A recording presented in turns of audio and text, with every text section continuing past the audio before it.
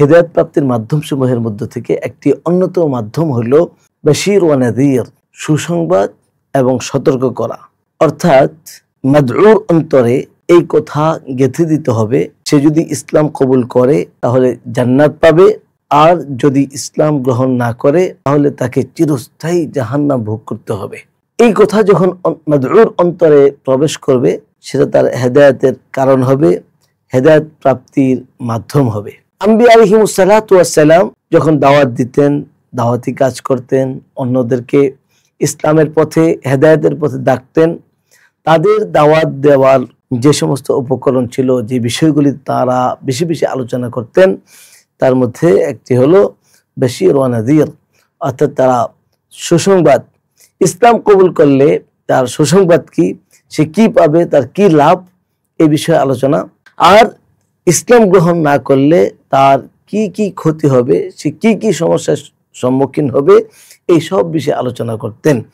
এই জন্য আমাদের উচিত, আমরা যখন একজন অমুসলিমকে দাওয়াত দিব, তার মৃত্যুর পরে ইসলাম যদি সে কবুল না করে, ইসলাম গ্রহণ না করে, তাহলে মৃত্যুর পরে তার কি পরিণত হবে, সে মৃত্যু হওয়ার পর থেকেই তার শুরু হবে জাহান্নাম, তার শুরু হবে কষ্ট আর দুর্ভোগ, যা শুরু হবে আর শেষ নেই। তাকে সতর্ক করতে হবে। একজন অমুসলিমকে ঈমান না আনার কারণে সে যে জাহান্নামে জ্বলবে, এই জন্য তাকে পরকাল সম্পর্কে সতর্ক করতে হবে। কারণ এই খেয়াল অন্তরে রাখতে হবে, তাকে বুঝাতে হবে যে একজন অমুসলিম যখন মারা যায় তার চিরকাল জাহান্নামে যাবে, যার শুরু আছে শেষ নেই। দুনিয়ার জেলখানা থেকে মুক্তি পাওয়া যায়, দুনিয়ার জেলখানা থেকে জামিন পাওয়া যায়, যাবজ্জীবন কারাদণ্ডের আসামিও মুক্তি পেতে পারে এবং মৃত্যুদণ্ডের আসামিও মুক্তি পেতে পারে। কিন্তু অনন্তকাল মৃত্যুর পরে যে জিন্দেগি, মৃত্যুর পরে কাল যে অবস্থা, একজন অমুসলিম মরবে, মৃত্যুবরণ করবে, তো তাকে চিরস্থায়ী, সে শুরু হবে তো আর শেষ হবে না, সে চিরকাল জাহান্নামে জ্বলবে, যার শুরু আছে আর শেষ নেই। সেই কাল থেকে সে মুক্তির কোনো পথ নেই, জামিনের কোনো পথ নেই, এমনকি সে অনন্তকাল সে জাহান্নামে চলবে। এবং সেই জাহান্নাম সম্পর্কে যে সমস্ত আয়াত আছে, যে তাদেরকে লাআকিলুনা মিন শাজারিন মিন সাকুম ফামালিউনা মিনহাল বুতুন ফাশারিবুনা আলাইহি মিনাল হামিম, তাদেরকে উত্তপ্ত গরম পানি তাদেরকে পান করানো হবে, পুঁছগুলি তাদেরকে পান করানো হবে, অর্থাৎ তাদের কঠিন অবস্থা চলবে। সেই জাহান্নাম থেকে তারা বাঁচার চেষ্টা করবে, তারা এক প্রান্তে আসবে, আর জাহান্নামের ফেরেশতারা তাদেরকে আবার ঠেলে জাহান্নামের মাঝখানে ঠেলে দিবে, আবার সে মুক্তির জন্য এক প্রান্তে আসবে, আবার তাকে ঠেলে দেওয়া হবে। এই কঠিন অবস্থা চলতে থাকবে, যার শুরু আছে আর শেষ নেই। একজন অমুসলিম ভাইকে তার এই কঠিন পরিণতি সম্পর্কে তাকে সতর্ক করতে হবে। যদি আমরা তাকে সতর্ক করতে পারি, তাহলে তার হেদায়েতের একটা মাধ্যম হবে, কারণ হবে। বিশ্ববিখ্যাত দায়ী মাওলানা কালেম সিদ্দিকী দামাত বরকাতুহুম ও তার সিনাদ ওয়া খলিফা মুফতি জুবাইর আহমদ রচিত অমুসলিমের দাওয়া বিষয়ক 2450 টাকা মূল্যের 26টি বই, অফার মূল্যে মাত্র 990 টাকা। বিস্তারিত জানতে 01798418100।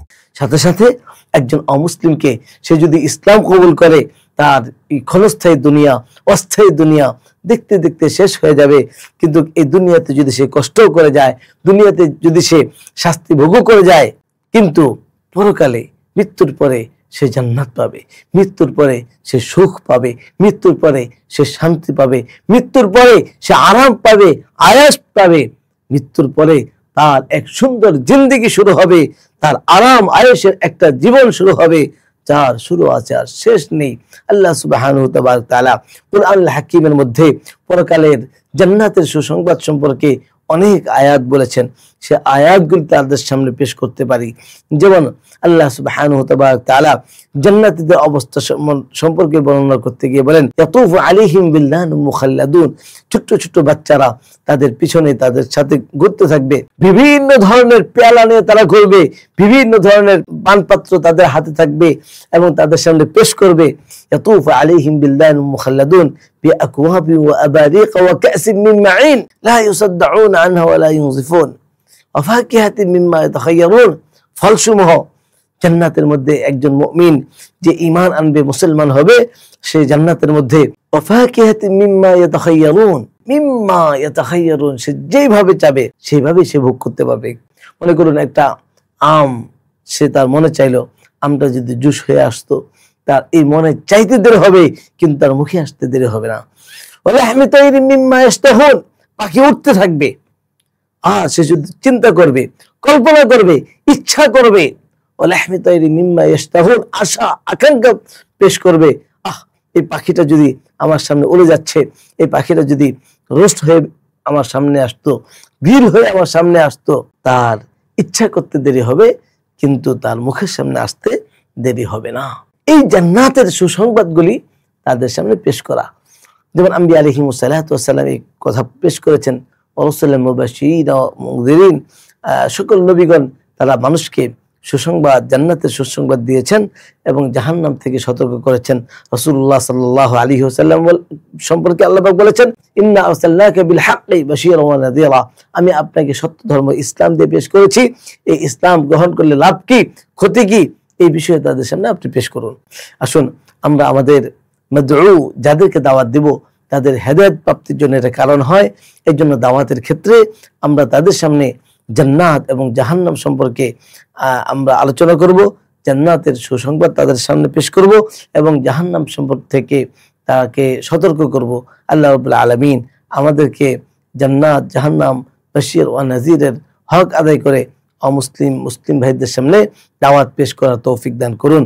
ওয়া আখিরি দাওয়ানা আলহামদুলিল্লাহি রাব্বিল আলামিন। আসসালামু আলাইকুম ওয়া রাহমাতুল্লাহি ওয়া বারাকাতুহু। সবকিছু ছেড়ে আমাদের সাথে হাঁটবি।